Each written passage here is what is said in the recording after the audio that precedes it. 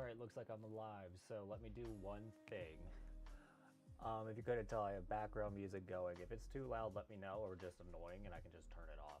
I just want to try out a few quality of life improvements on this, since I'm kind of making this a big part of my channel at this point. So, chat's popped out. Let me bring that up on screen. Should be this one. Yep. Okay, cool. So, we got a fish cam, we got live stream, music, all that. Sound is super low for you. Better? Well, that's annoying. It's connected to... Good? We good? It looks good on my end. It looks like we're clipping like crazy on my end.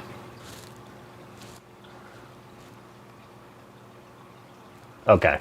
I did play it again. That's so loud. Let me know if there's still issues. Okay, looks like we're done clipping. So, yeah, music in the background gets annoying, let me know. Fish cam's there just because I have a $1,000 camera right there. Might as well use it for some purpose. But, and if I ever have to leave the screen now, I can just pull up the fish.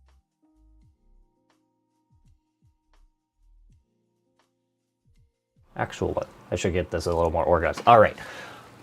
So how is the PE King doing? I prefer PE Messiah, as that's part of the branding, but good so far. I just got this massive sleeve from Mint, and I was using that for retention. I was like literally hanging at like 9.5 stretch flaccid practically all morning. So pretty good so far. Toolless says he's starting to realize that he might want a big D or monster D because of the fetish of having it. Congratulations. What size do you consider a monster D? 8x6 is huge. What size is a monster? It really depends. Monster to me comes down to more perception than anything. So like, you can have a monster dick at like 7.5 by 5.5 if you're fucking like 7.5. Or not 7.5, just small petite women, right? But like if you're into curvy ladies, you're gonna need a lot more meat to have the right perception, and then it doesn't necessarily scale that well. So to me, it really comes down to like how it looks for monster than anything else. And like if you are a relatively big guy, you like it's just another thing you got to worry about.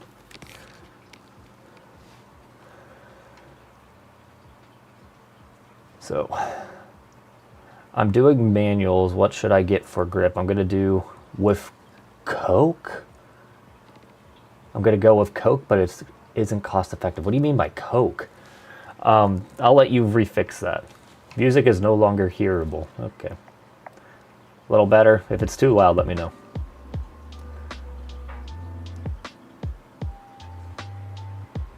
So Kenny, can PE cause lower back pain? Yes. So like if you hang on the end of the chair like this and then slouch, you're gonna just be nothing but in like completely slouched forward, having all the weight on your tailbone rather than your actual pelvis. So yeah, if you don't have good posture while you're hanging, for example, or when you're stretching, it can definitely cause lower back pain.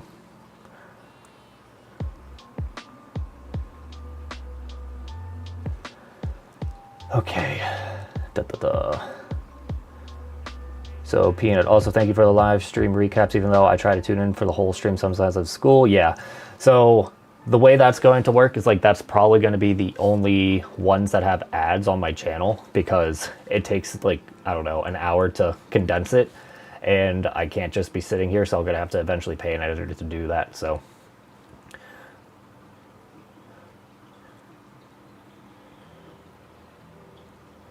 do you still recommend Diamond Jokes? Ask Daniel Levy. Yes, it's just like you only need them for like maybe 3 minutes per workout. So like don't make it in your entire routine, obviously. Anything that's a massage mechanic should be just used as a little bit of warm up more than anything else.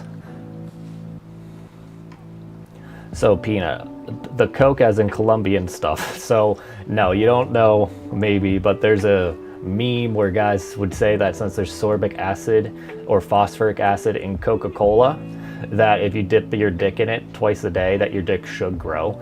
So like, I didn't know what you were referencing. That doesn't work, guys, by the way.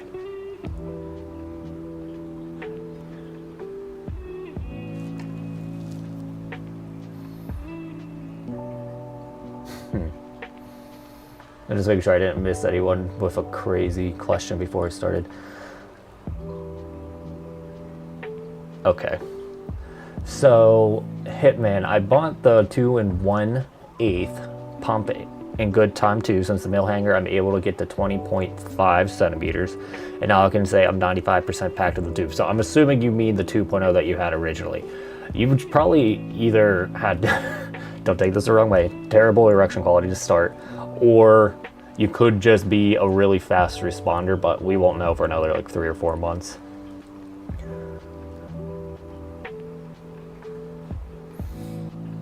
Okay. So just the mo. When I get the pump, my circumcision scar gets super puffy. Is that normal? Yes. So like, your dick can only expand so much. If you're using too much pressure or too much time, you will basically have to start stretching out the skin eventually, and that's going to fill with like edema.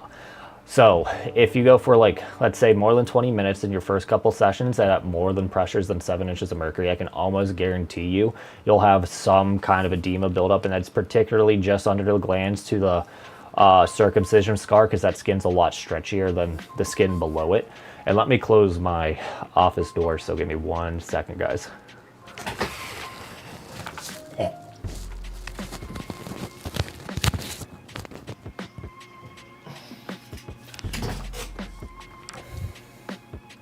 Okay, sorry about that.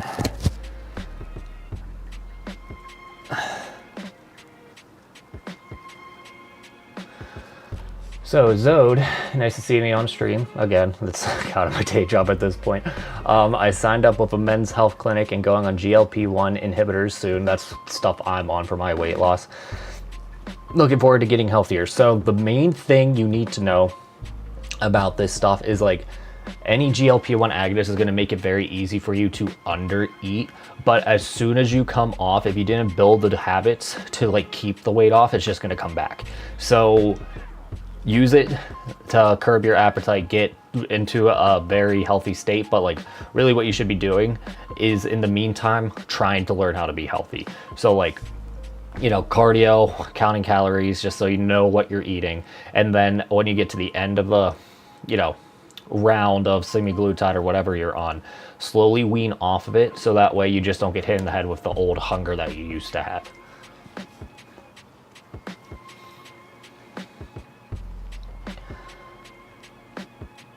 All right, and just double checking, guys, the audio ratio is good, right? Let's see, maybe I can hear this.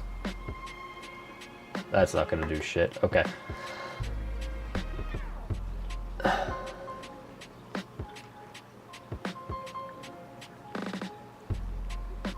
So 0, when interval pumping and adding in a set or two, it seems like there's a steady increase to edema. Does that mean you've already hit fatigue? So not necessarily. You could just be, so you're getting edema pretty fast at the last 2 sets that you added, correct? That's going to be relatively normal, but at the same time, the formula is expecting some edema. So like, unless you're hitting 8% already and then you go to 10%, that's most likely going to be edema, right? So I wouldn't worry about it all too much. A little bit of edema is going to pull in some growth factors, but like, we don't want an obscene amount of edema. And if you don't know what that is, go to r/pumping to make sure. Oh, look, an ad. Isn't that awesome? But it's convenient and affordable and can be anyway, I'm trying to think. Yeah, don't worry about it too much. The little bit of edema might actually be beneficial.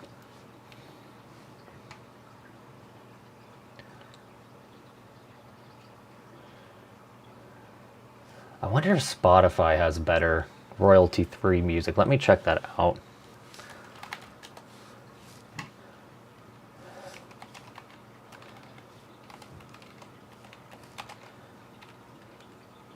Royalty-free music.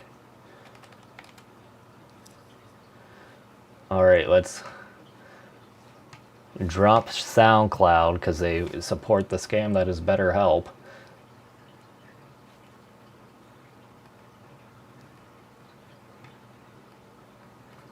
Okay, sorry about that, guys. We're still learning how to do this.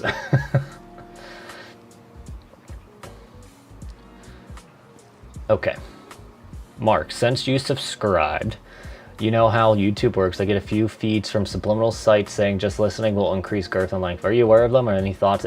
Trust me, it's going to be very minor. If that, the only way it could potentially work is like if you have, let's say, a tight neurological issue with your penis where you're chronically stiff, tight, all that kind of hypnotherapy will help you relax. And then like if you can't get to a full size erection because your tunica is so tight, eventually it will relax and then it will actually be bigger. But it's not like you actually grew, you just relaxed. So I wouldn't really put too much merit into it. Like if you do massage mechanics enough, you would have the same response, and that's going to be a lot more surefire.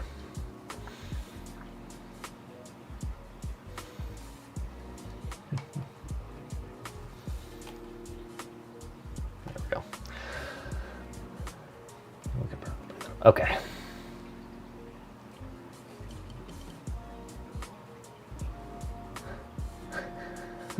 Sorry, there's too much going on. I just got an email from my manufacturer. Let's see. So, thoughts on red light therapy as control gray. I don't know much about it. I don't think it's going to really help actual penile tissue growth, but like let's say you have a lot of discoloration, certain bandwidths certainly will help. And then if we look at like it might help with heating, obviously, so like the tissue breakdown that way, but it's not going to get into the tunica. It's like 2 to 3 millimeters deep compared to the skin. That red light, you know, wavelength is just not going to get through that well. So baby peanut. Wait, so on a real note, baby powder is good for grip. Is there a better option? I would say that's going to be your best bet, some kind of baby powder or talcum powder.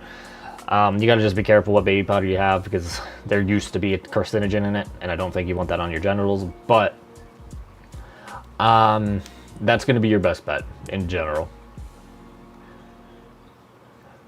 So, Felipe, my routine is 1 hour and 30 minutes of extender, then later pump for 7 minutes at about 8 inches of mercury, and then 10 minutes of the ring, repeat later, the same, but 1 hour of Falcon Forte extender later day. What do you think? I would prefer that you got your entire length work done at once, and then I understand if you're trying to do retention, but like with the Phallicin, since it's such a low tension device, you'd either need a lot more time or you really need to crank up the tension to make it worth it. And then with the pumping, I'm not sure why you're only doing 7 minutes, but with the cock ring, it should balance out. I would bring up your pumping to like 2 sets, 5 minutes, or 3 sets, 5 minutes, and then use the cock ring. But the pressure is probably good. My main thing is like, are you actually getting enough tension with the Phallicin? Okay, I skipped Hitman. So, when hanging, when is it a good time to up the pounds? I'm at 3 pounds. When I go to 4, but I'm not sure since I just started almost 2 weeks ago. So I have most of my like former clients get up to 5 pounds in the first month. And then we're going to try to hold you at 5 pounds for as long as possible. And this is just based off of one research study that shows that like the Achilles tendon starts to elongate at 4 to 6 pounds of tension. So like we can kind of extrapolate that and put it on the penis and hopefully it makes sense. So 5 pounds, 20 minutes, and then we slowly work up to, you know, whatever weight, whatever time. Normally I say no more than an hour of hanging, and then we slowly start adding weight. So Mylene, are newbie gains a thing and do they slow down? Notice the difference in the feel of holding my thing. I've been doing PE for only a month and a half. So like, I don't like telling people this, but like in my first 6 weeks of PE, I gained like a 1/2 inch. That's just straight up newbie gains. But like if I kept that rate up, I would have been a foot long by the time I was 21, right? So like it does slow down. It is all it is your collagen taking better shape. So like whatever you have was never really formed in a, you know, uniform shape. So we're stretching it out a little bit better. And then we are increasing erection quality. So between the quarter of an inch they can get from shape change most of the time, and the quarter of a half an inch with erection quality boost, you can get like a half an inch in your first 3 to 4 months if you're lucky, and then more like half an inch in 6 months. And then after that, it really slows down. Like we're talking an eighth an inch a month if you're like relatively lucky. That's my target rate for most people, but you know, everyone's gonna have a slightly faster or slower grow response.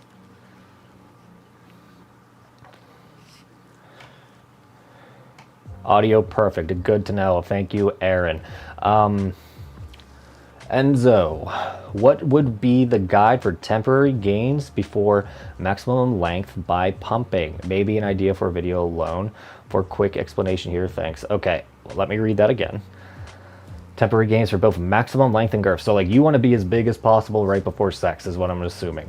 Honestly, if you do like an hour of length, like, you know, hanger, extender, normal wear it as long as you can comfortably for an hour. Wait, hold on.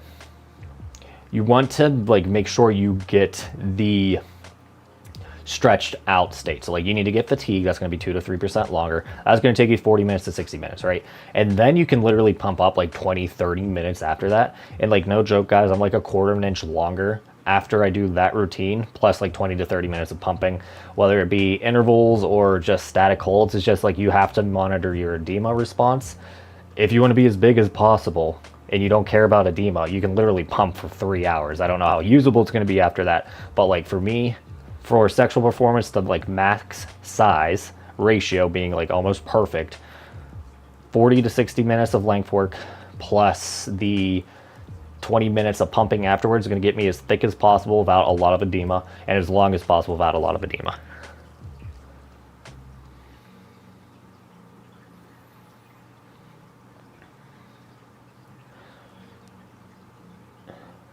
Okay, Hitman. So about your possible bad erection quality, could be 5 in hard and then 7 plus randomly. Now I would be able to do 7 plus normally. So you're talking about pumping pressure, I would assume. Now Eddie, venting a bit, he hates the way his foreskin stretches while pumping. I'm new to this, only done it about 4 times. I noticed my foreskin change. Flaccid hang is bigger, heavier, that part I like. So I'm assuming you mean you have a lot of foreskin buildup.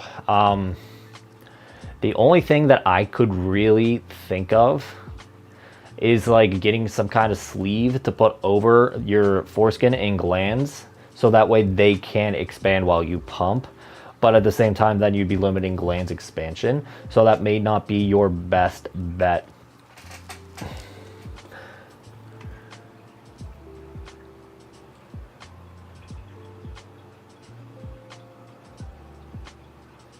Let's see, Destroyer. What do you think about wearing a loose sleeve under glands around the donut to prevent edema? I think it would work, but I'm also a little concerned that it might be like masking. Sorry, I had an itchy nose, guys. The weather just randomly flipped on us here. But I'm more worried about like that masking edema more so than like aiding growth. So like if you get too much edema, at the end of the day, that means you're probably overworking the tissue in some regard, whether it be too much pressure or too much time. So like, it's okay to get edema, but it's not okay to like have it be bigger than your glands. So like, I guess it would be case dependent on how big it would be. But for me, just be careful. It's probably fine. Just, you know, don't do it and then try to pump for an hour thinking that's going to lead to more gains.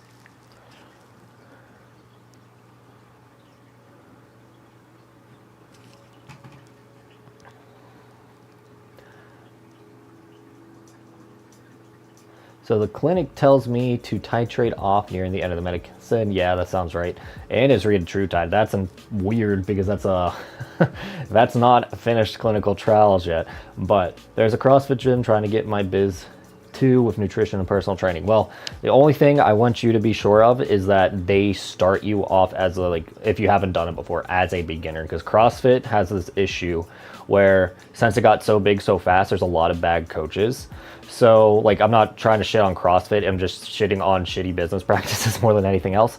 So you need to make sure that you can stay safe while you do it, because the main thing about fitness is the fact that you can show up every day. So if your shoulder's blown out in the first 2 weeks, that's going to really set you back. So just take it slow is better than anything else.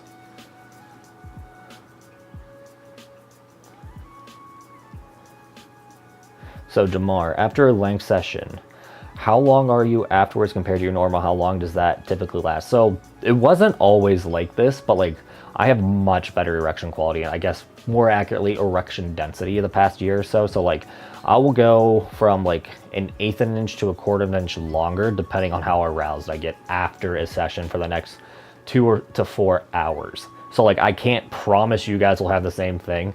I've been at PE for a while, so like, I might just have a lot of dense tissue and it kind of accordions. It's, you know, like a slinky almost when I do stretch. So like, it's going to be similar to like a pump effect, but it's going to be a lot less aggressive or notable. But like, if you pair your length routine with a pumping routine, I can guarantee you'll be a lot longer right after the pumping routine.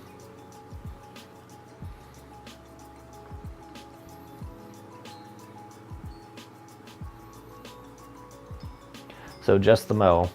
Depending on how long you stay on semaglutide, that's like Ozempic for those who don't know, your stomach could shrink, so your appetite should not just jump back to your previous way. Just stay conscious and don't eat when you're bored, drink water. Yeah, so like, even if it's your stomach though, like some people are just literally addicted to food. Like my dad is practically addicted to food. So for him, it's not as simple as just his stomach's gonna shrink, so he's not gonna be hungry. Like this guy literally had lap band surgery. So that's when they take like a silicone band, put it around your stomach so it literally can't expand, and he still was able to like, eventually his stomach got bigger again, like his actual stomach, so he ate more food, and then it was just the same cycle. The difference with like semaglutide is like, it kind of convinces your brain that you're not hungry, and it's a much safer approach in general. But yeah, in general, your stomach will shrink. If you have just a bit of discipline, it should be a lot easier once you're done.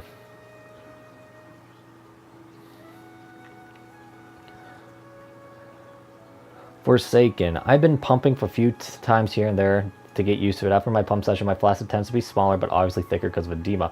If it's smaller, that's probably overwork. You also seem like a really stressed out guy for no particular reason, so it could just be the added stress response overdoes it. Your edema lasts for more than 24 hours. I tolerate 200 milligrams of mercury quite well without a problem, so why the edema lasts so long? Well, depends on how active you are. And some people just have a lot lingering swell response. Like, it also comes on like your body weight too for that. But in general, if you're a new guy, you really shouldn't be doing 200 milligrams right off the bat. If you're getting that insane of an edema response, start at 150 milligrams, and then you can increase it as you go. But like, you have a shriveled flaccid, you have insane edema that lasts 24 hours. If you're not doing any kind of cardio, I can almost guarantee you that between not doing cardio and over pumping, you're just stressing out the tissues too much, and the lymphatic system can't really compensate.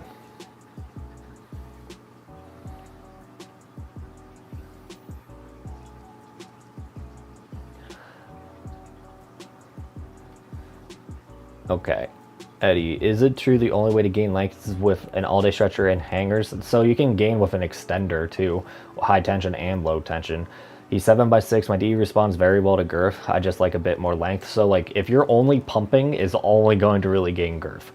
If you add in a little bit of length work, you will start seeing length gains. But again, if you are still predominantly pumping, you're going to see predominantly girth gains. So like for me, I have to do 40 to 60 minutes of length work, and then I can do pumping as well. And I keep staring at myself in my little screen over here, but what I'm trying to say is, like, if you want length, the easiest way to get length is to stretch your dick. Pumping is going to be the most roundabout way to try to get bigger that way.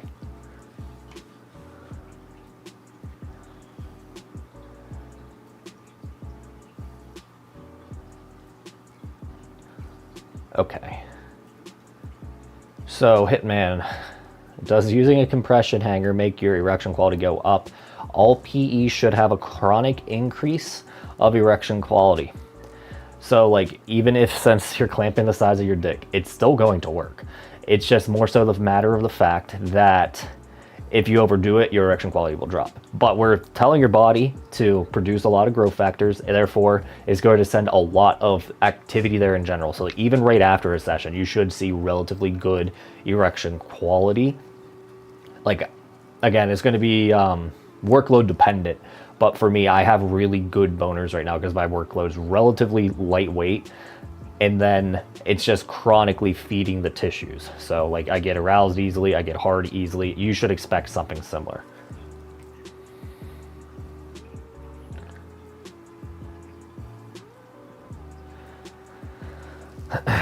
All right, Zero. Is it normal to be bigger?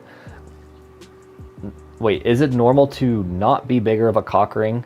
No pumping beforehand. So like, there's two, I'm not sure exactly what questions, so I'll answer the two questions that I think you're asking.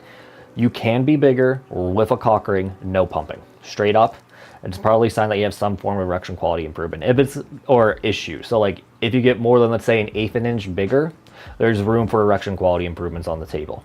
If you don't get bigger, or like notably bigger, that's fine too. It just means that your erection quality is good, or that your cock ring is not tight enough to cause a lot of distension. So yeah, I wouldn't worry about it all that much. Like, based off of your picture,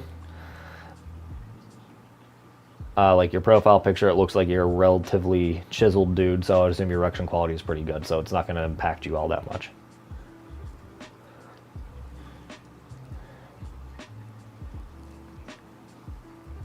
And hello, Donkey Teeth. Let's see. Is it normal to...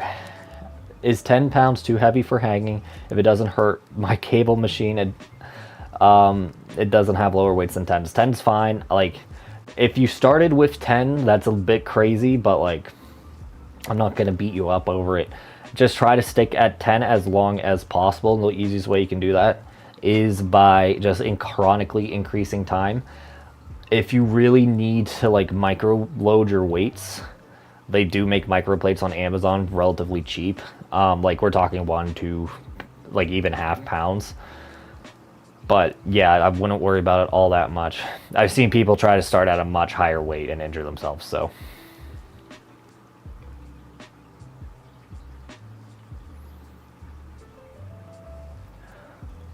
So Control Gray. When I talk about red light therapy, I also include near infrared therapy, which penetrates 2 to 3 centimeters into the tissue. I believe it could be beneficial for stimulating repairs and, you know, growth activity.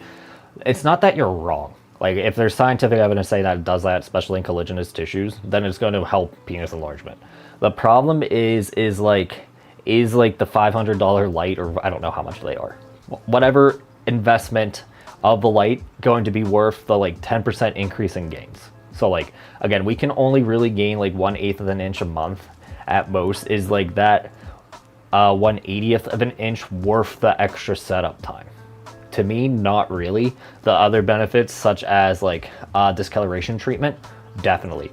But for just eking out a little bit more, I don't think it's worth it.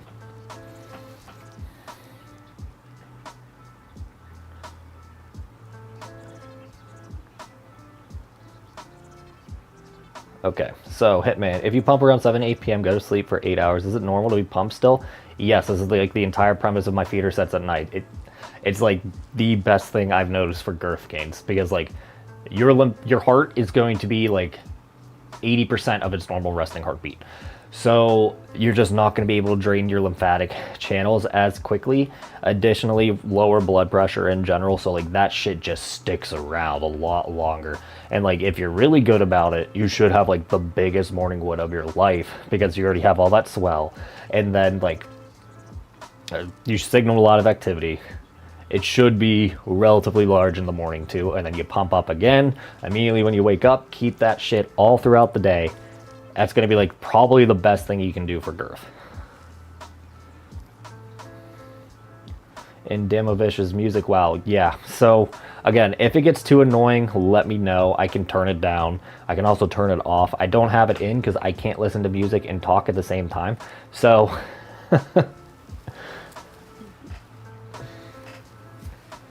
and it's supposed to be royalty free, but we'll see what happens when I make the summary video of this and if I get a copyright claim or something, but that doesn't really matter all that much.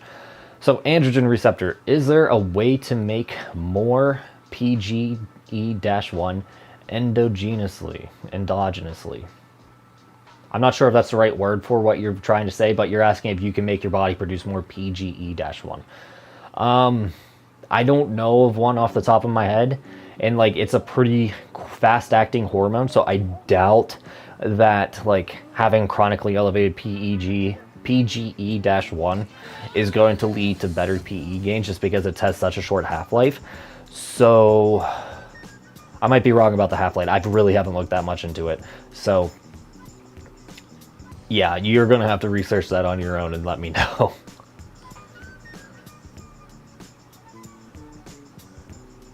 So Sam, is it okay to do PE while sick or is it useless? So like, it depends on the sickness. Like, I would say that I probably lost size from COVID because I was doing PE and I was stressing out the tissue so much. My body said, okay, it's time to survive. So let's, you know, just not repair the dick and let it kind of fall on the wayside. And that's probably why I lost size, because I was trying to keep as much size as I could during COVID. And that was like half the issue. So I would, like, if you are like bedridden, can't move, don't do PE. If you got a minor head cold, you're good to go.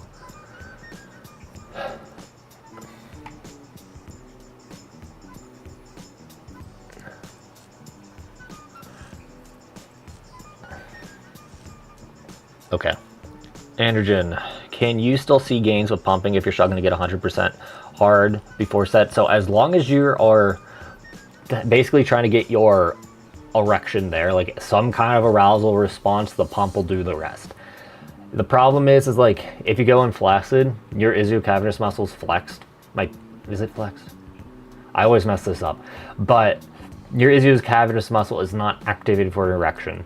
And that means you're literally pulling against the muscle to let more blood in. So like if you get the ischiocavitous muscle to engage, you'll be able to pump up much faster as well as have a much more effective pump. So like even if you can only get 60 to 70% erect before you pump, it's still going to be light years better than like going in flaccid.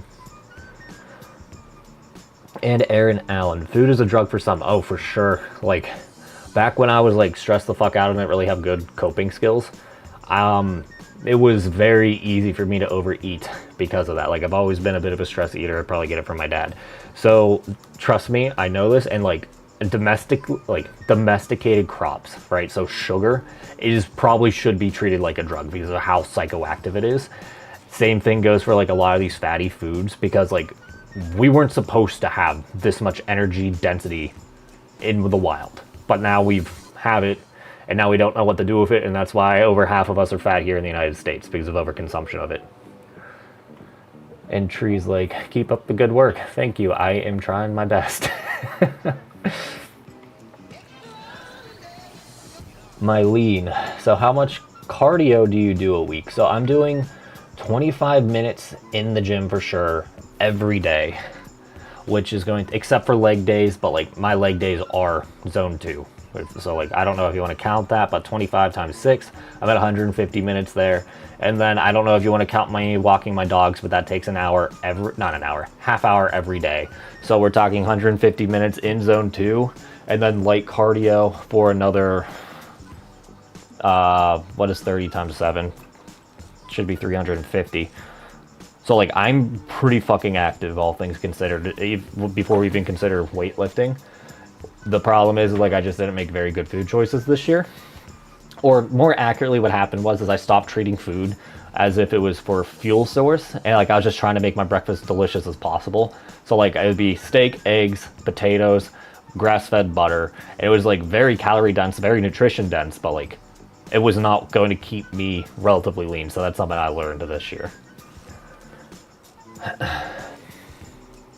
Okay.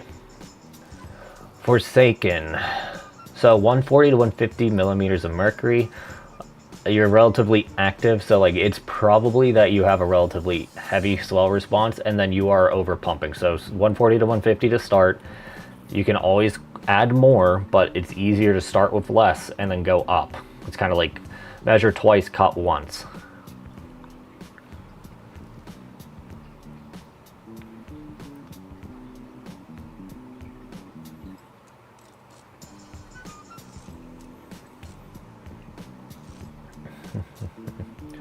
So, interval pumping, I basically pump until I have mild discoloration. This basically increases every set, so I like to start at 8 inches and work up to 11, 12. Is like 10 sets of this good. So like, if you're doing 2 minutes, yeah, it's probably fine, but like, if you look at the research studies I look at, if you actually, hold on, let me fix this. I just need to get a new office chair, but look at the research studies. The more times you load the tissue, the weaker it gets. So you actually need less pressure to get the same elongation response. Or on the flip side, the more often you use the same weight, the stretchier it gets. So like you don't really need to increase pressure. Now, if you think your working pressure is going to be 10 to 12, you can start at 8 for safety to like as a warm up. But like as long as you're not getting insane edema and you're not getting a bunch of red dots, you're fine to do what you're doing. Just don't overdo it. It's as simple as that.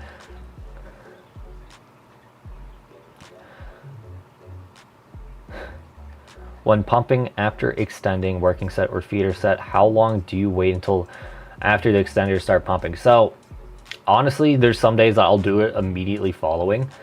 I might edge for like 3 to 5 minutes just to like get any not coagulated, but like static stale blood from my glands out. But other than that, you can practically go right into it. You might just have a little bit of erection quality issues because your glands are going to be a little bit numb after vacuum hanging.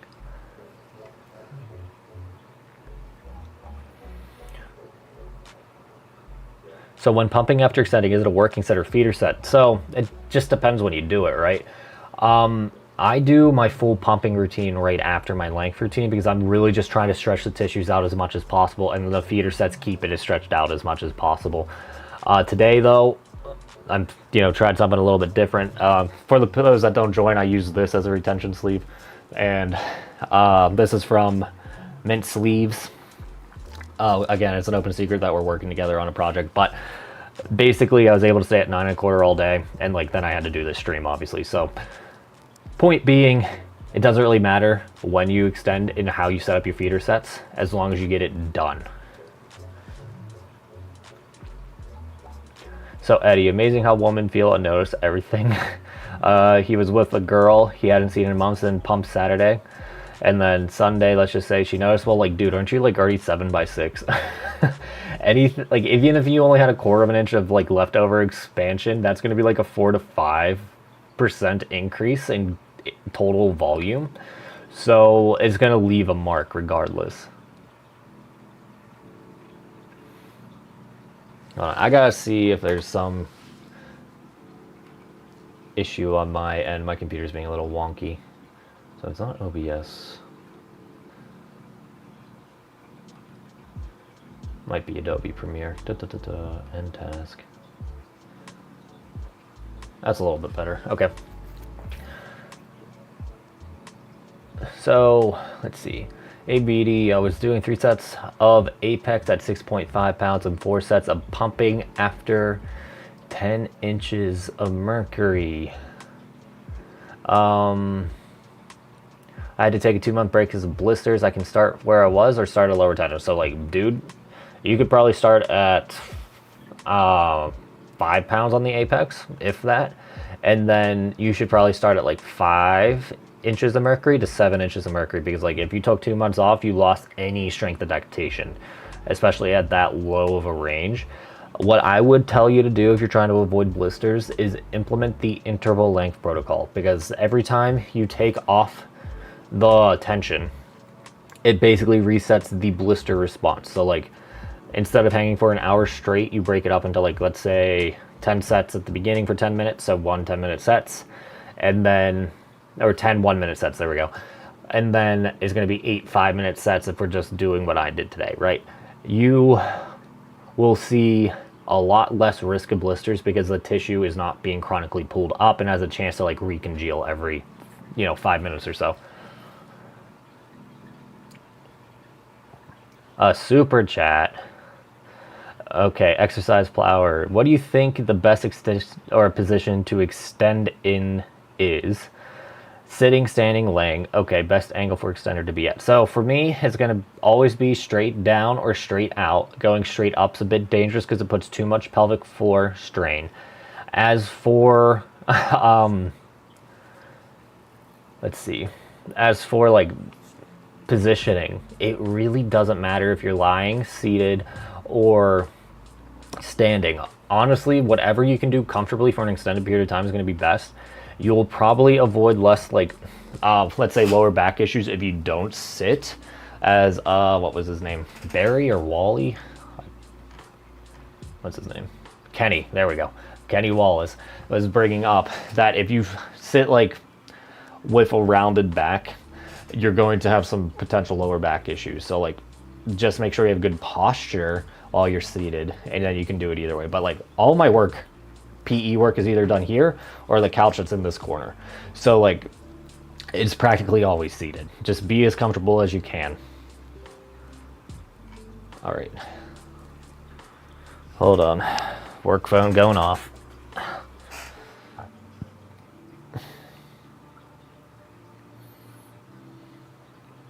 Okay, no big deal.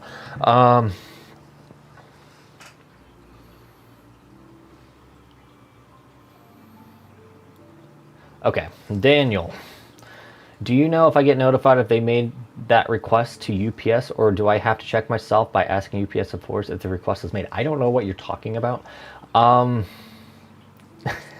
Let's see. Like if your item is at customs, they would probably notify you. It depends on the country. Sometimes they notify us, which is really fucking annoying.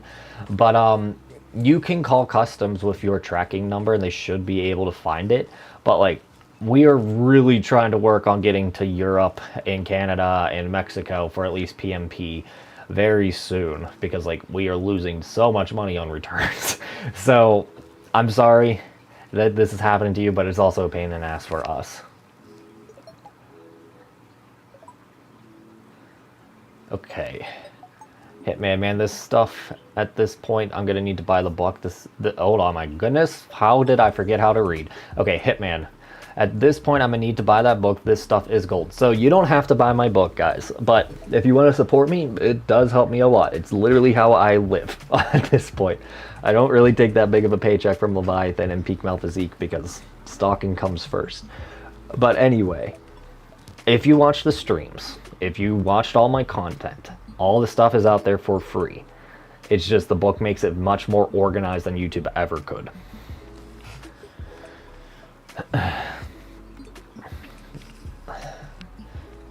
So, Load, you recommend using a light tension extender hours after the daily routine? Doesn't have to be a light tension extender per se. I prefer to use like an all-day stretcher because it's a bit more discreet and it's just more comfortable. But like a light tension extender would work.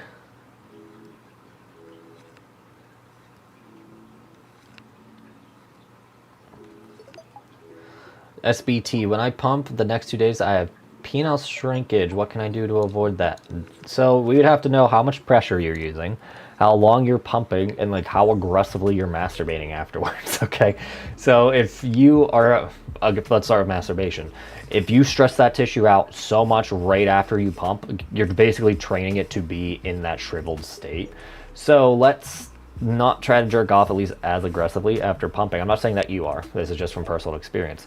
Then with pressure, like if you just started and you're trying to do, let's say 10 to 12 inches of mercury, there's a good chance that you are not equipped to handle that much weight. It'd be the equivalent of walking into the gym and throwing 135 on the bench press and not really knowing how much you can bench press to start. So always start with the bar and then work your way up. In this case, the bar is 5 to 7 inches of mercury.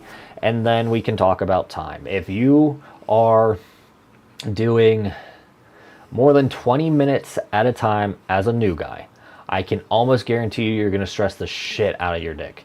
So walk back the time, walk back the pressure. Don't jerk it as much immediately following your pumping session if you are.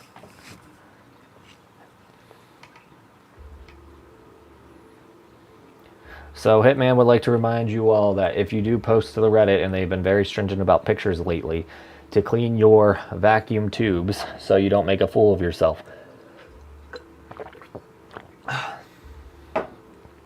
Speaking of which, we are working on getting a cleaning kit at Peak My Physique. It should be available very soon. I got a bitch at that soap supplier though. Okay, Forsaken, don't ask stupid stuff. How am I over pumping when I tolerate 200 millimeters of mercury just fine? Because your dick is having a stress response and you can't get rid of the edema. So like, just because you can tolerate it doesn't mean it's optimal. It's like, you will actually numb out a bit to the nerve pain or like the discomfort. So like most people after 5 to 10 minutes will be able to pump up with more pressure because their dick kind of like gets how do you put it, over signaled or over stimulated, and therefore it numbs out a bit, and that's why you can do more. So like, just because you can do, you know, 8 inches of mercury doesn't mean you should be doing 8 inches of mercury. If you're having that shriveled flaccid with a lot of edema, that's overwork. There is no way about it that it's not overwork. All right, sorry for jumping the queue. Let's see. Nacho Macho, is the male hanger sleeve better quality and cold pressure the sleeves compared to the big box sleeve in PMP? I noticed that they tend to lose pressure with the sleeves on the cup. So I have the male hanger sleeve. It is not designed for vacuum hanging. I like almost positive it's not. I had it. It's really tight. It's not really designed to keep that kind of vacuum pressure. It's designed to keep the skin nice and tight, so when you can press against it, you don't get any pinching. So it's not going to be that, you know, effective for that. It could probably actually rip if you do that too much, because it's so tight. If you put it around a medium vacuum belt, it might just like saw through it. So if you're actually looking for a good sleeve for vacuum hanging, you want to check out Mint Sleeves.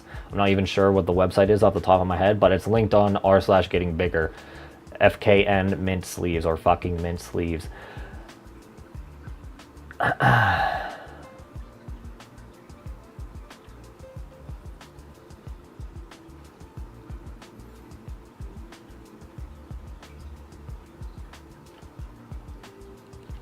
Okay, Lote. Does massage gun machine use the same as vibration? I investigated. They use the same motor as the 2034. That's very odd coincidence, but it's not the same kind of vibration. So like, massage guns do this. What we want is this. Okay, so, or more accurately, this, like full vibration directly all throughout the shaft. What this does is pinpoint all that energy into one location, and that's not going to transfer to the rest of the shaft. So a roundabout way would be going all around the shaft constantly for 20 minutes, but do you know how much of a pain in the ass that would be? Right? So like, I think the massage gun would be more expensive than getting the little vibrator too. So like, I don't really know why you would want to do the massage gun unless you already had one. And on top of that, this is going to be a lot bigger of a amplitude vibration than anything else. So like, so we're talking like 1 to 3 millimeters, while my little gray motor, which I don't know if I put away or not, is only going to go maybe a millimeter. So like a millimeter in that big of a square compared to 3 millimeters in a pinpoint, you know, that's what makes sense to me, at least. The Swagalier. How do you test collagen levels? I have no clue. Like in a tissue, you would have to get a biopsy. So that would require your tissues to be cut open, a sample taken, and then they test it and then find the ratio, right? You're not going to be able to do that. But it is possible to gain with only 30 minutes of manuals a day. If you want to optimize, you add in a bit of girth work, but like for the most part, I gained doing 30 minutes of manuals an inch in a year by doing about 20 to 30 minutes a day. So like it's completely possible.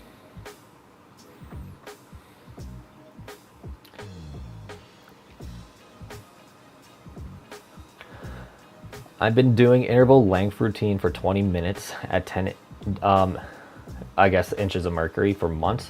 What's next? Increase sets? Well, Cosmo, it would depend if you are growing or not. If you're still growing at 20 minutes of pressure, oh wait, that is the interval length routine for 20 minutes at 10G? I don't know exactly. Yeah, I don't know what exactly you're referencing, but like if you're only doing 20 minutes, you're seeing gains, continue working for 20 minutes if you're still seeing gains. Basically, I teach you figure out what the minimal effect of a dose is for PE, and then you try to ride that out as much as you can for as long as you can. So that way you don't plateau within a year. You can eke out 3 years, and then you can take like a month or two off, and then it's just as easy as it was when you started again. But if you clarify a bit what you're actually doing, I can help you more. So Lote, how can I uncover my pee? I have like 15% body fat, but my bone press is like 7 inches longer. So like the obvious answer is get shredded, but at the same time, that's a bit of a pain in the ass, speaking from experience. And two, if you are actually pulling up base skin, so like if you're cut, for example, and it was not the most clean job, you can have some base skin pull up, hide your length a bit. So what you actually need to do in that case is grow a little bit more dick skin so that skin sits neater at the base. I had some pretty good success with it in a short order. Also, if you use an extender, it does it slowly compared to like if you actively treat it. But like if you want to have no fat pad, it's probably going to be first genetic related. Most guys are going to have minimal fat pad at 10% body fat. And like if it's still there, there's something called cavitation therapy that should just basically melt it off. I have a couple videos on it on my channel.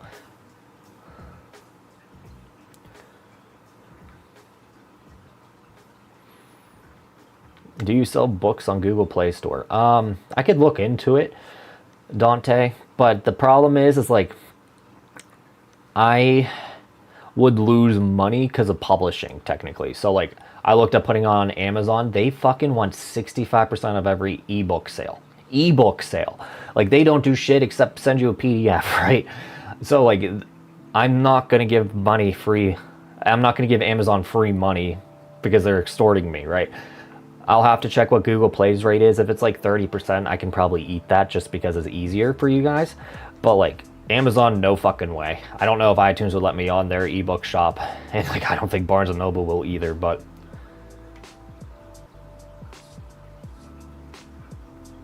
okay.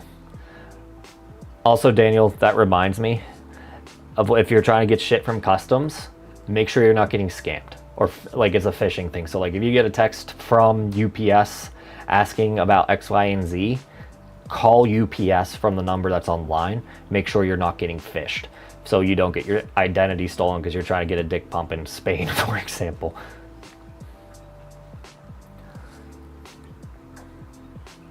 Okay, so Destroyer is like, I'm trying to get 1 milligram of retatrutide a week for my summer shred. I'll keep you updated. I'm fairly lean at 250 pounds. How big are you, fucker? So for context, guys, I'm like 215 right now. 252 pounds would be like 40 pounds on me, unless he's like 6'5". He's a gigantic individual. 2 milligrams is probably going to be enough to like knock you on your ass and not feel hungry at all.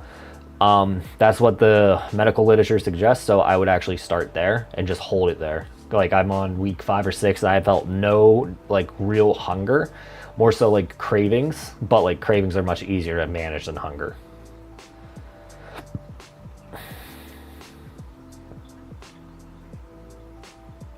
And hello, Tony.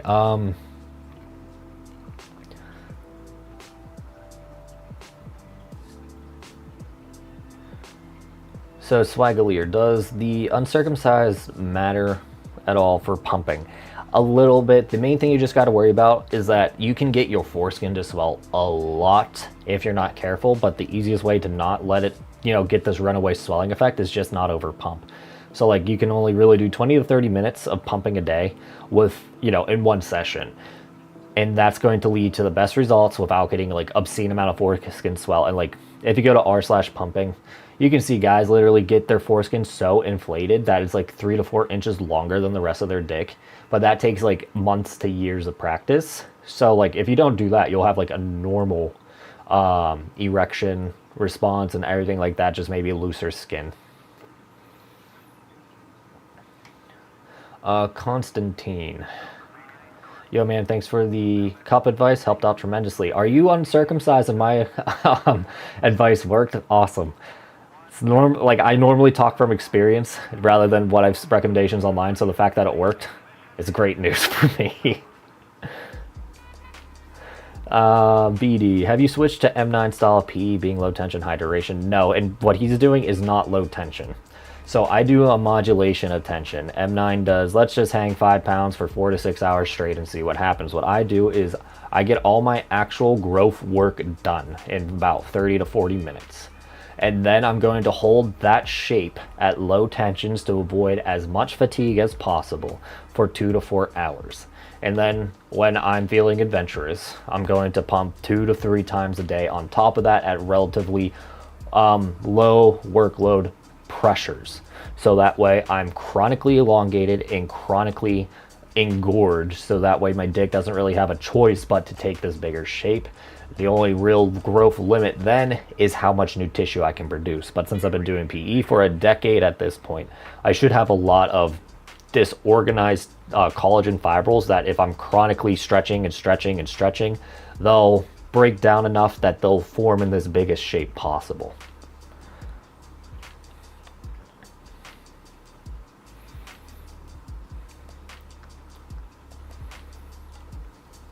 Like, and also, this is what I don't really get. I don't know how M9 was able to do 4 to 6 hours at 5 pounds of tension. Because, like, I would do, that is going to be literally double, like, my routine at the end of high tension hanging, for example. So, like, I get up to 15 pounds in an hour. He's still doing 5 pounds for 6 hours. That's literally double the work when we do it from, like, a time versus weight perspective. So, like, honestly, I don't know how he didn't overwork, but I mean, he could have, he just never wrote it about it, but whatever.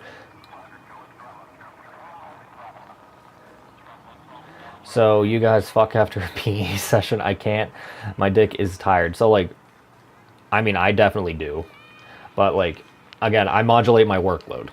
So once, like, the more experience you get with PE, the less stress you see right after your session. But like, if you're trying to have, like, be as big as possible for sex and not have impact on performance, do your PE, wait 2 hours, and then like maybe do like 5 minutes of pumping, and then get to it. You'll probably be as big as possible without like an overly fatigued pelvic floor.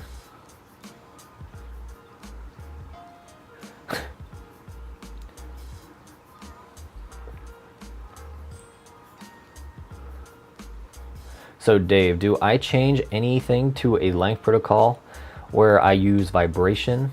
What would be the difference? So like, the main thing is you're not going to need the loading sets at the beginning. So the 10 1-minute sets, the vibration is going to handle that because it's setting tissue or energy into the tissues that's going to cause the collagen to break down really fucking fast. So like, you don't need the 10 1-minute sets at the beginning, but you still should take the tension off every 5 to 10 minutes just to make sure you don't get blisters, because that added friction in the bell is going to increase your risk of blistering. So just play it safe, still take it off every 5 to 10 minutes though.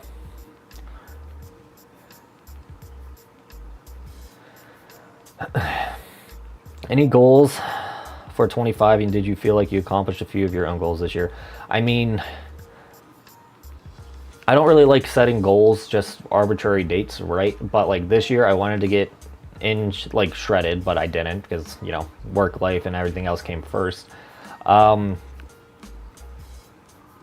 trying to think if I had any business goals. Business goals, I mean, it's going as well as you could really expect for, you know, being second year in business.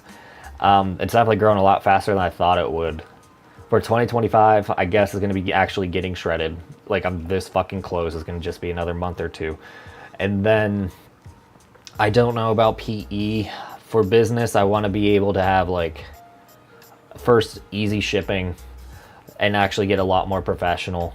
Like, we do a good job with, you know, I don't know, like 5 fucking people on our team, but, like, we're getting to the point where we're getting, like, that snowball effect that we need to get more professional quickly, so that way we don't get swamped with orders. And then we're also trying to figure out personally how we can offload all the branding and marketing shit to, like, other people, so that way it's not just relying on me and Hank constantly going. But, like, you know, I got plans, don't worry. Do my fish have names? Not this tank, not really. Let me see. Let's see, fish tank only.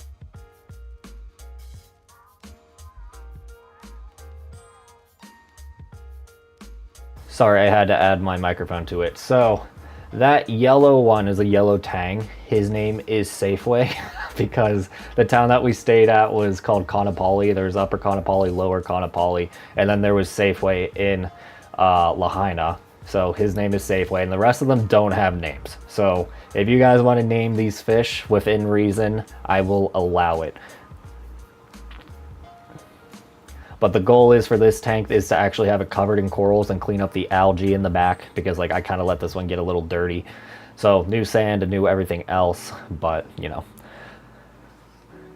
I did skip something. So SK1, my current routine is 20 minutes of semi-erect bends. Why? 2 minutes of BFR massage and 40 minutes of stretching, 10 minutes of mod jug 5 days a week. What's your opinion about this? Why are you doing that much semi-erect bends? I hope you meant 2 minutes. If you meant 2 minutes, you're on a good routine. If you're doing 20 minutes of semi-erect bends, you better have some very significant Peronis. And you did just delete that. That was back up. Okay. So if you're not treating Peronis, you don't need that much semi-erect bend.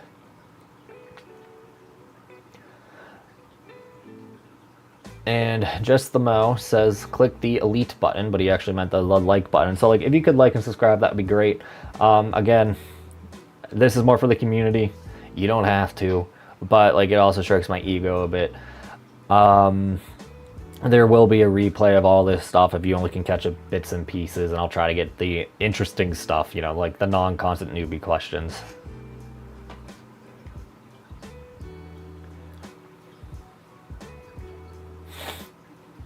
So, Swagalier, and for the 20 minutes today, should I buy the length book to use manuals listed there, or is the Reddit better? So like, open secret, my beginner's length routine is available on Pornhub, and that's going to be pretty much the same thing that's in my book for manuals. So, I would just go on my Pornhub, check out the 2024 version of the length manuals routine, and just do that. Might also be, it definitely is a safe for work version in the Ultimate Beginner's Guide playlist here.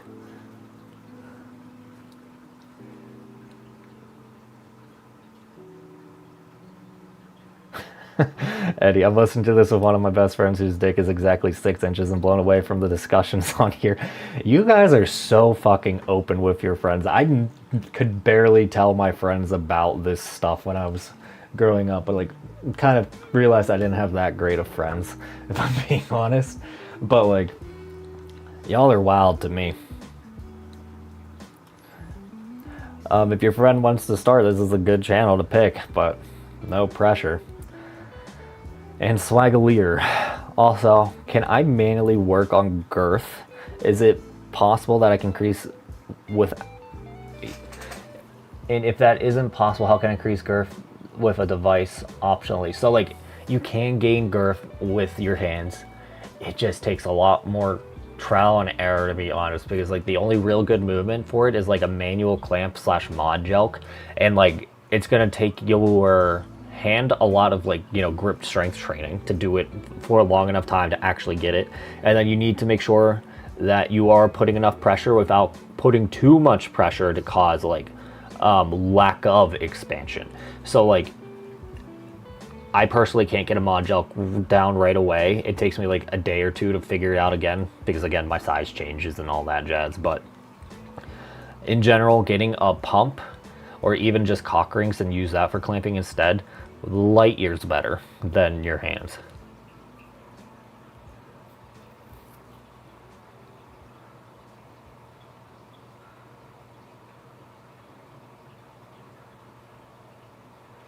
Okay, so Swift 2 I usually don't catch these lives and have to watch back, so I'm going to ask my questions. Go for it.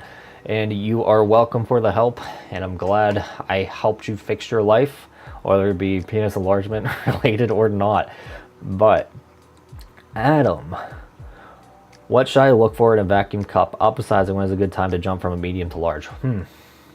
I never had to jump sizes, so I don't actually know. So we have a 38mm bell and we have a 42mm bell. Logic suggests when your bell size or your gland size is the same size as the medium bell, that's when you jump up. So like we have the medium bell being good for up to like 5 to 5 1/4 inches.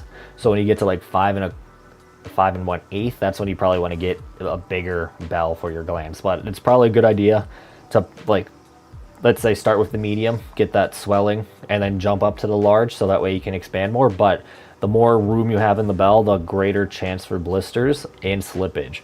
So like, you just gotta play it safe, you know, take your time adding it on, maybe even drop the weight a bit so you can get used to the new size bell. But that's, I'm actually gonna have to upgrade my bell here soon to a 45mm, and they messed up the mold, so they have to redo it all, so it's gonna be another 2 weeks. But I'll make a video about it when it comes in, like how to upgrade bell sizes.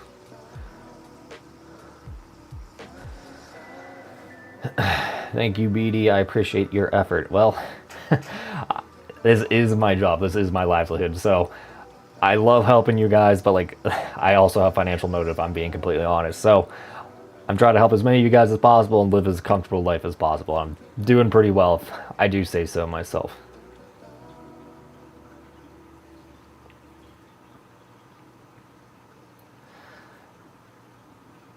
Okay, Swift to the point. What would your go-to routine be to last as long as possible? How would you program it? Cardio, reverse Kegel stretches. So I'm not actually a really good guy to answer this question, because like I lost my virginity with death grip, so I didn't come with a woman for like a month. Okay, and like basically I had to learn how to come. So for me, I don't know if like I'm such a performer, like, you know, like on the stage or whatever, basketball, whatever you want to call it, that like something flips in my brain, it's showtime, I don't get like that much sensation down there. For you guys, obviously edging is going to be teaching you how to get to the point of no return and how to avoid climaxing. So like you learn your limit, that way you can modulate your own rhythm, so that way you can, you know, change it as you get close and get better at sex that way. And it also teaches you just endurance. Kegels is going to strengthen the pelvic floor, so that way it just doesn't fatigue. For me, like if I jerk it for more than 40 minutes, I can almost tell you that my dick's gonna like actually go limp really fast, because my ischiocavitous muscle like gives out. So like you need a relatively strong pelvic floor to be able to have a boner for longer than 30 minutes, for example. And then reverse Kegels is going to help keep that tissue from getting too tight down there. So like for me, it was 3 sets of failure in high school for Kegling. So like once in the morning, once in the afternoon, and once at night. And like now that I know that I need to reverse Kegel, I tell you to do reverse Kegels 5 to 10 minutes after you did Kegels. And then cardio, obviously cardio has way more benefits than just sex, but like you need to be able to at least pump it for 20 minutes if you want to be like a sex god. So work up getting your zone 2 cardio and your core strength up so that you can last for 20 minutes physically. So Hitman, New Year goal is 8x6 non-bone press. So for you, that's just losing weight. And then 200 pounds, there you go. And then making 100K a year. So I don't want to speak too much about my finances, because that always brings up people. I'm telling you now, Once you make your first 100K a year, it's so much fucking easier because it snowballs. So like even with investing, like it's annoying how much easier it is. Like because you just don't have to worry about stuff as much. Like I can invest 20% more without having to like make any sacrifices. But yeah, getting your money up is probably one of the most important things. The problem is there's not many good ways to do it at this current moment.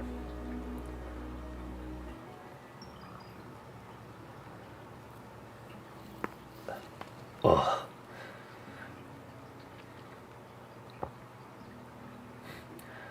Hitman, did I? Not Hitman, Forsaken. I'm pretty sure I just yelled at you about this, so you can catch it in the highlight stream, what I said. I'll make sure it's still in.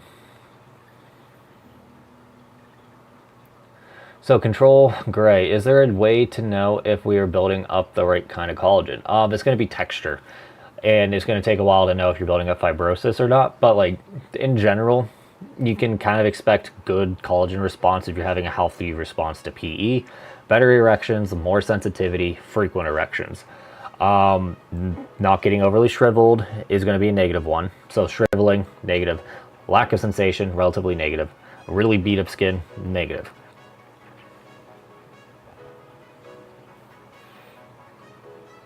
Okay. I don't feel as bad when you say you're 6'4" destroyer.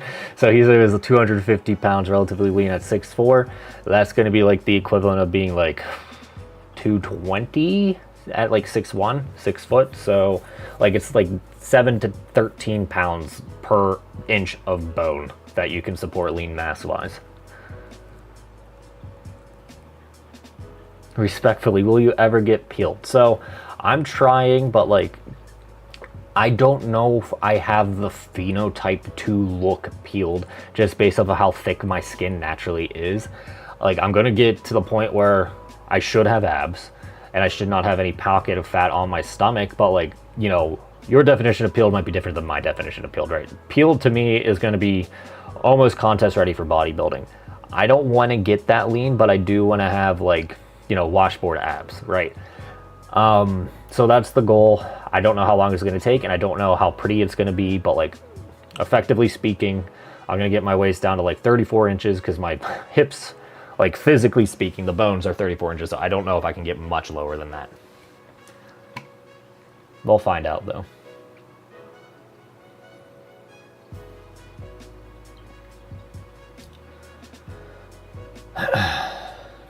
All right, so I'll give you guys another 15 minutes and then I gotta start editing the highlight reel. So if you got questions, put them in, but there seems to be a lot.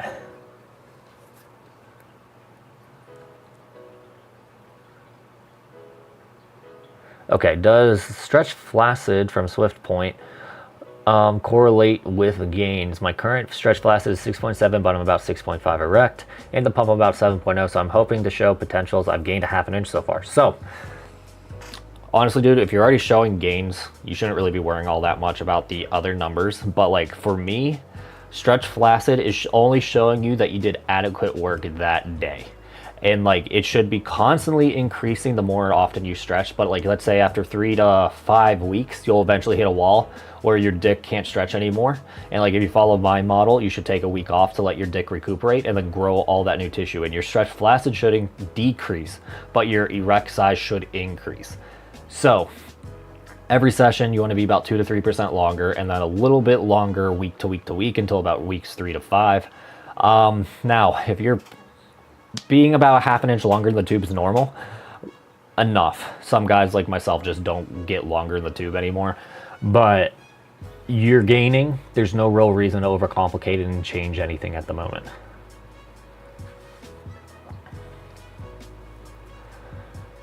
So the Jew, sorry, late to the chat, but are you planning to follow a video on your weight loss one? Yes, I am. Have you seen any strength gains on the TRT? I've been on TRT for like 2 or 3 years, so like the strength gains that I did get did not, like, you know, they happened already. I don't really particularly strain for strength right now because, you know, I have some knee and hip issues I'm still trying to work out, but like I'm a relatively strong individual. Also, hold on. What doesn't the GL1 and test did you take? I think you meant version. or dose. What dose? So I'm taking 2 milligrams of GL1, retatrutide, once a week, and then my testosterone dose is like 150 to 175 milligrams. So like, I'm actually like in a normal-ish range for normal hormone production. So little known secret, guys, is like you can get pretty fucking crazy testosterone prescriptions here in the United States. It's basically legal steroids, just as long as a doctor has no morals. They'll pump you as full as testosterone as you can reasonably handle, up to like 500 milligrams. Don't do that, obviously, but there are clinics specifically that are just for legal steroids here.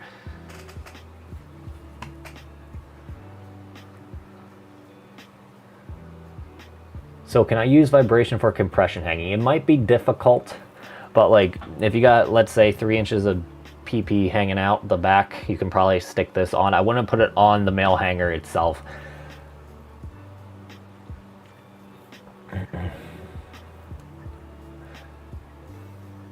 So SK1, my current routine is 20 minutes of semi-erect bends. Okay, we did this one. Reverse kegling is king. Didn't realize until I started that I was kegling automatically all the time. Helped my EQ immensely. See, I was the opposite. I never really kegled all that much, even when masturbating. So, I don't know. My brain might just be wired differently. I know it's wired differently. But what I mean by that is like, so there's this drug called, what is it? PT-141, right? And it automatically, it binds to the dopamine receptors, I believe, or serotonin receptors, and that helps you get aroused and have really insane orgasms. For me, because like I probably have a mutation somewhere in my dopamine receptor or serotonin receptor that made me have just horrendous erectile dysfunction while it was in my system. So yeah, I know my brain is actually wired a little bit different than some of you guys.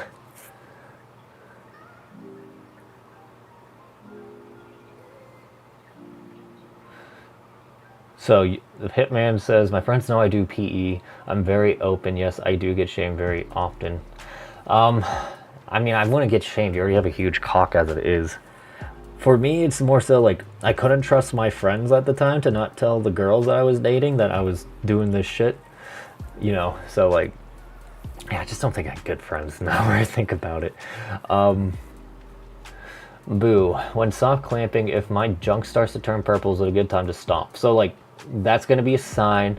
You can be purple for a decent bit, so like 10 minutes should be your cutoff at any point with clamping though.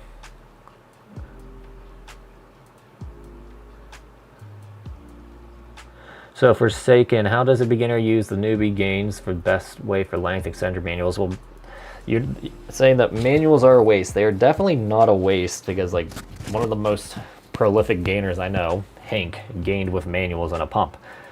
I gained with manuals. A lot of people gain with manuals. They are not a waste.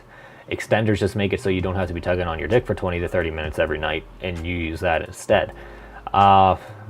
What you would do is the interval length protocol, 10 1-minute sets, and then 2 5-minute sets at a relatively low tension. Work your way up to about 5 pounds if you're trying to do a high tension extender. Oh. Sorry, I cannot pronounce Portuguese that well, but I think this is ciao. Just subscribe to your channel and subscribe. Just wanted to thank you for all the tips. Love from Brazil. Thank you. It's fucking nuts to me that people will subscribe from all over the world. Like, I know we have people in Thailand and Japan and Korea, all kinds of stuff just based off of our orders, right? And it's not just like US military either. So it's just crazy to me how many, like, worldwide this is.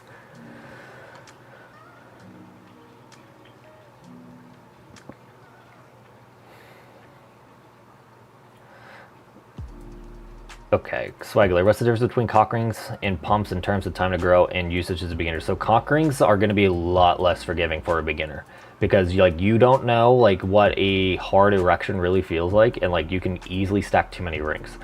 So I would really push you to get a penis pump for safety purposes, because that way you have complete control over the pressure the entire time, and you can easily modulate the pressure. Cock rings are good for like soft clamping, but That's only going to be if you can't get a dick pump, whether it be privacy or like arbitrary sex laws in your country.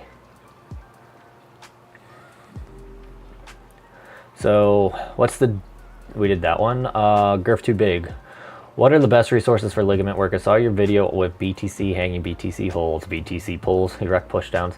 Are these really only ones starting from a really high angle? Yeah, so like the only other thing you could really consider is like weighted pumping. And like it's a really dumb idea, but it should work. So like basically you get a dick pump, right? You put it on and then you put like 3 to 5 pounds of weight on at the tip. So like you're doing like an erect push down while you're pumping. And that's going to basically isolate the ligament while you get the stretch of the shaft as well. I don't really recommend it. It's something I did try briefly, but that's like the only thing other than all that stuff. But like ligament stretching is like the backbone of physiotherapy, right? So if you just do it for 20, at most 20 minutes a day, 2 10-minute sessions a day, you're going to have really good change in ligament flexibility. It's just a matter of how often you do it and how long you do it.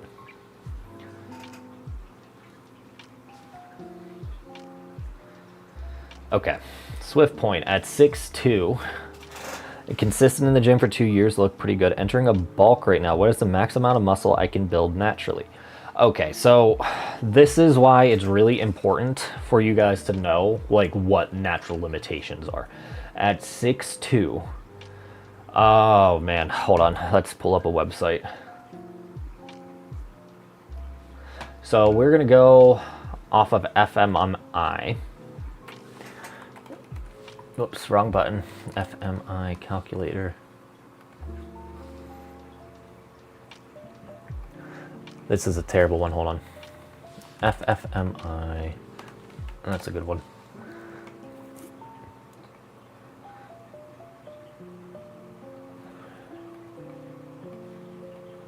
Whoops, 1 second guys, just technical difficulties. And we're gonna switch to, is it scene 2? Why is it on this side? Again, I need the fancy pants monitor thingy switcher. All right, so he said he was 6'2", and we're gonna say he's 15% body fat for this thought process. The heaviest you could probably get naturally is going to be about 215. And let me switch this to kg because that's going to be correct. So there's this thing called fat-free muscle index, right? If basically they took a bunch of natural lifters and then saw like the variance between all of them muscularity wise, and they made it into a number. The biggest they found was going to be an FMI of like 25. So for this, it's going to be like 230. So like if you have phenomenal genetics, no testosterone enhancement, TRT, anything like that, the most you could hold at 6'2" is 230, 15% body fat. There's some, you know, people that think you could technically hold more of a lot more training, but like we're talking phenoms upon phenoms. A normal guy is probably only going to be able to get into the 20s range. So like if you can get to 22, 23, 20, like 24 would be really insane. But like 210 at 6'2", 15% body fat is going to be fucking massive, like for a natural guy. So like if you can get anywhere from 200 to 210, now how much muscle you can gain in such a short amount of time, I'm surprised we don't lose that many people yet, is going to be so fucking slow to the point where it's going to be very easy to get fat before you actually get a notable amount of muscle. And this is why so many people are tempted to go on steroids, because it's instant gratification. So first year, you can gain probably about 15 to 20 pounds of lean tissue. Second year, that's going to be roughly half that. So you can get, you know, 10 to, did I say 15 to 20? We'll say about 7 to 10. And then the year following that is going to be like 3 to 5 pounds, and that's where it flatlines. So it's about 3 to 5 pounds every year. So like you're only going to be gaining like half a pound of new tissue every month if you're not trying to gain fat at the same time. Now, there's some people that say you can bulk and gain a lot more muscle that way, but like speaking from experience, I bulked and then I cut and I lost the muscle that I gained. So like, to me, it just makes more sense to be in a very slight surplus, if not really close to your total daily energy expenditure, and build muscle slowly over the year and see those micro improvements month to month and macro improvements year to year. But like, most of you guys are going to be pretty close to your peak after year 3 or 4, and like, it's just going to be like maturation of the muscle more so than actual building of the muscle. Okay, last few questions. Swagalier, can I focus on both length and girth at the same time or just locking on one? So the premise for my thought process on this is like, you can gain like say 10 to 12% of your dick. You'll see a much more sizable improvement if you put all 10% to length, right? So like if you are, I guess it could be a little bit more than that if you're talking total volume of length, but like if you go from 6 to 5 inches in your first year, that's going to be a much more visual improvement than gaining, let's say, 5 going to 5.5, and then gaining a half an inch, maybe a quarter of an inch of girth, right? It's much more rewarding to see fast results in one direction than it is to see it split up. It would be like watching paint dry.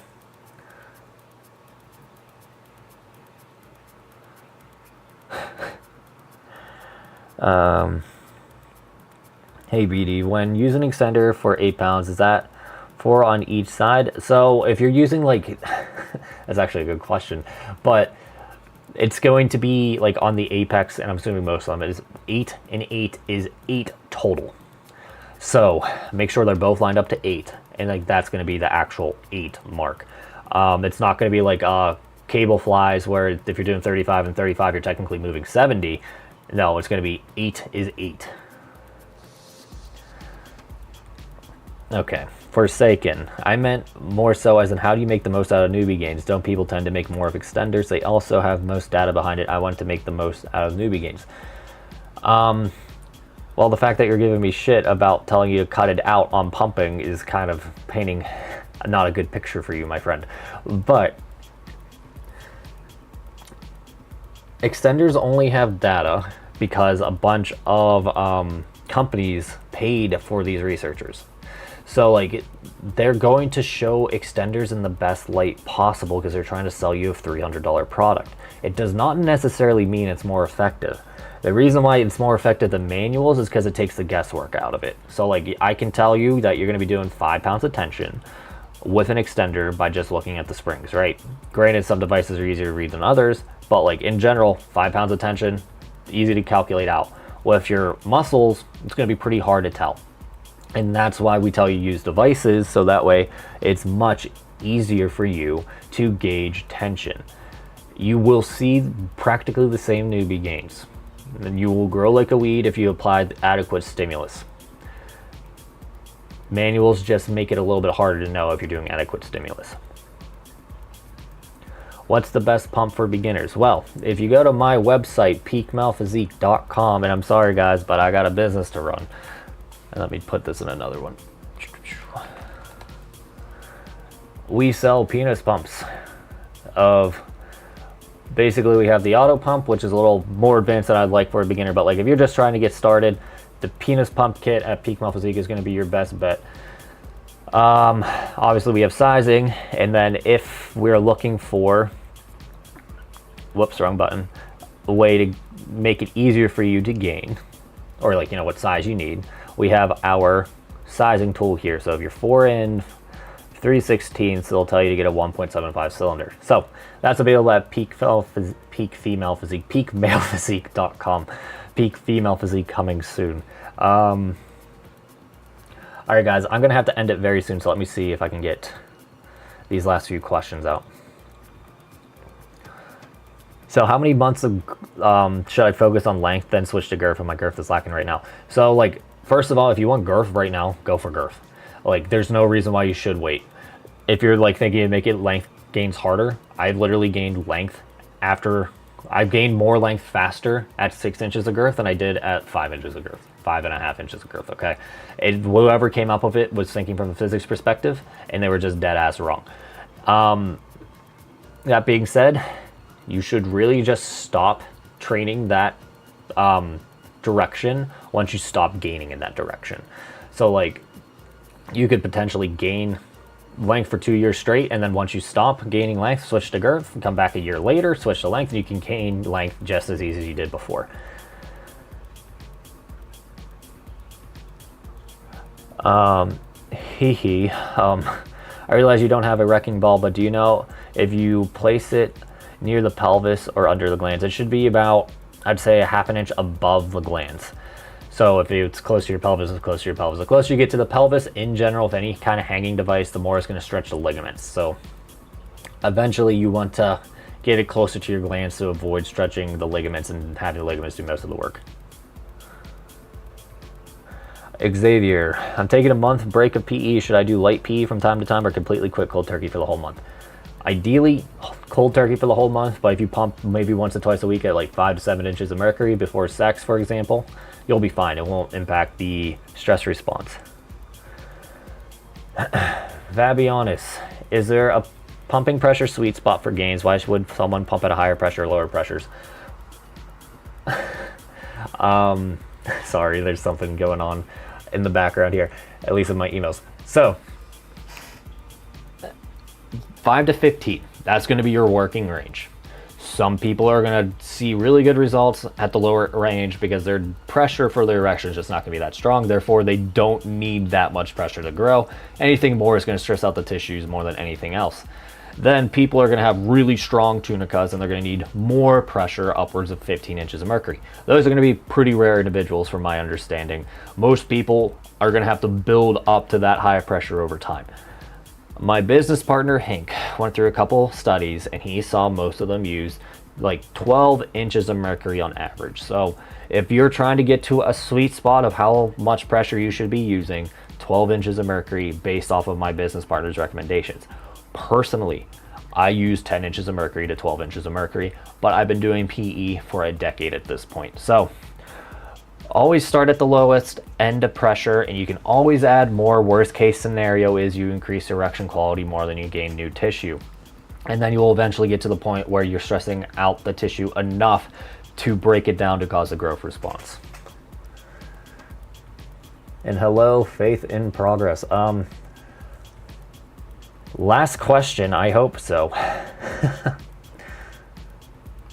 Should I measure at the end of the month or more frequently? So I personally am able to, I have my measurements pretty much dialed in that I can do it every 4 to 6 weeks, and I know if I'm seeing progress or not. If you are a little overzealous measuring, you can trick yourself to think you're growing, then you're not, speaking from experience. So for me, you should probably measure every 2 months to every quarter. If you feel bigger in your hand, just assume you're getting bigger. Okay, I swear this better be your last one. Super shit sleep schedule works, stupid hours, and also have school. Would you say lack of sleep will destroy my gains? Would 6 hours be enough? It's not going to help gains. It's going to hurt erection quality way more. Your school life should be wrapping up soon, right? Because of finals, so at least you'll be able to sleep for the next 2 months. All right, Matt, I'm sorry, but I have to end it here. Ask me that question tomorrow, 2 p.m. Eastern, and I'm sorry, but I'm about to lose my voice. And hopefully I'll see you guys tomorrow. I don't know if the recap will be ready by tomorrow at any time, but it will be up. So hope to see you again. Thanks for tuning in.